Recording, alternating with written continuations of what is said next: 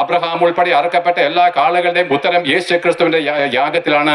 ആ യേശുക്രിസ്തു ക്രൂസിൽ മരിച്ചിട്ടല്ലാതെ അബ്രഹാമിനും രക്ഷ പ്രാപിപ്പാൻ കഴിയുമായിരുന്നില്ല. അങ്ങനെ പ്രിയപ്പെട്ടവരെ, ആ 4000 വർഷം ഒരുവൻ വന്ന് നമുക്ക് വേണ്ടി യാഗവസ്തുവായിട്ട് തീരുമെന്ന് അവർ യാഗങ്ങൾ കൊണ്ടും ബലികൾ കൊണ്ടും പ്രവാചകന്മാർ മുഖാന്തരവും ലോകത്തിൽ ദൈവം അരുളി ചെയ്തുകൊണ്ടിരുന്നു. 4000 വർഷങ്ങൾക്ക് ശേഷം ഇന്നത്തേക്ക് ഏതാണ്ട് 2000 വർഷങ്ങൾക്ക് മുമ്പ് യേശുക്രിസ്തു ക്രൂസിൽ മരിച്ചത് വഴി ആ യാഗത്തിന്റെ പൂർത്തീകരണം വന്നിരിക്കുന്നു.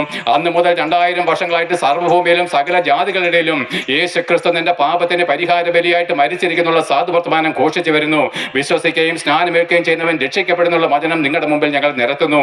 ആ യേശുക്രിസ്തു കാൽവരി ക്രൂശിൽ മരിക്കുമ്പോഴും പാപത്തിന്റെ ശമ്പളം മരണമാണെന്നുള്ള ദൈവകോടതിയുടെ മുമ്പിൽ അവൻ നമ്മുടെ എല്ലാവരുടെയും പാപത്തിന് പരിഹാരം വരുത്തിയിരിക്കുന്നു. അല്ലയോ പ്രിയജനമേ, 2000 വർഷങ്ങൾക്ക് മുമ്പ് നമ്മുടെ പാപത്തിന് പരിഹാരം യേശുക്രിസ്തു ക്രൂശിൽ നിവർത്തിച്ചിരിക്കുന്നു. നിങ്ങൾ ഏത് ജാതി മതസ്ഥരായാലും ശരി, നിങ്ങളുടെ പാപ പരിഹാരം പൂർത്തീകരിക്കപ്പെട്ടതാണ്. യേശുക്രിസ്തു ക്രൂശിൽ മരിക്കുമ്പോൾ അവൻ ഇങ്ങനെ പറഞ്ഞു, പിതാവേ, നിവൃത്തിയായി തീർന്നിരിക്കുന്നു. അവസാനം എന്റെ ദൈവമേ, എന്റെ ദൈവമേ, നീ എന്നെ കൈവിട്ടത് എന്തേന്ന് നിലവിളിച്ചുകൊണ്ട് തന്നെ പ്രാണനെ ഉപേക്ഷിക്കുമ്പോൾ ആ നിലവിളിയുടെ സത്യം എന്താണ്? സന്ധ്യ വരെയും പ്രസംഗിച്ചാലും തീരത്തില്ലെങ്കിലും വേഗം ഞാൻ നിർത്താൻ പോവുകയാണ്. പ്രിയപ്പെട്ട യേശുക്രിസ്തു നിലവിളിച്ചത് എന്തിനാണ് നിങ്ങൾക്കറിയാമോ? അവന്റെ ശരീരം അടിച്ചു തകർത്തതല്ല അവന്റെ നിലവിളിക്ക് കാരണം, അവന്റെ മുഖത്ത് തുപ്പിയതല്ല അവന്റെ നിലവിളിക്ക് കാരണം. കാരണം എന്താണെന്നറിയാമോ? ആകാശത്തെയും ഭൂമിയെ സൃഷ്ടിക്കുന്നതിന് മുമ്പ് അനാദികാലം മുതൽ പിതാവും പുത്രനും ഒന്നായിരുന്നു. അവർ വേർപിരിഞ്ഞിട്ടേ ഇല്ല.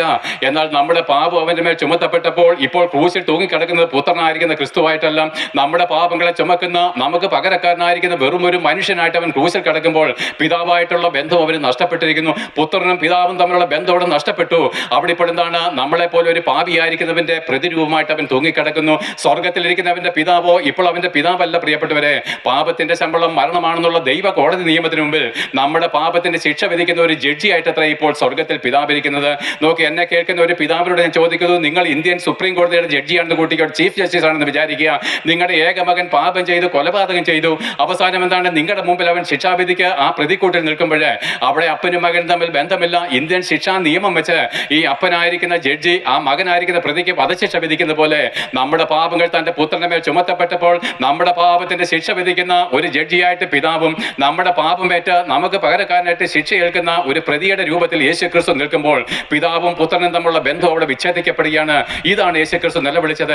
ഒരിക്കലും വേർപിരിഞ്ഞിട്ടില്ലാത്ത പുത്രനും പിതാവും വേർപിരിയപ്പെട്ടു. പ്രിയപ്പെട്ട, ഇത്രമാത്രം ദൈവം നമ്മളെ സ്നേഹിച്ചിട്ടും, അതായത് സ്വർഗം വേദനിച്ചു, തന്റെ ഏകജാതനായ പുത്രനെ നമുക്ക് വേണ്ടി തകർത്ത് കളഞ്ഞു. പുത്രൻ വേദനിച്ചു, പിതാവിന്റെ മടിത്തട്ടും സ്വർഗവും നമുക്ക് വേണ്ടി വേണ്ട എന്ന് വെച്ച് ലോകത്തിൽ വന്ന് കഷ്ടം സഹിച്ചെങ്കിൽ ആ യേശുക്രിസ്തുവിനെ സ്നേഹിക്കാതിരിക്കുന്നത് എത്രമാത്രം കുറ്റകരമാണ്.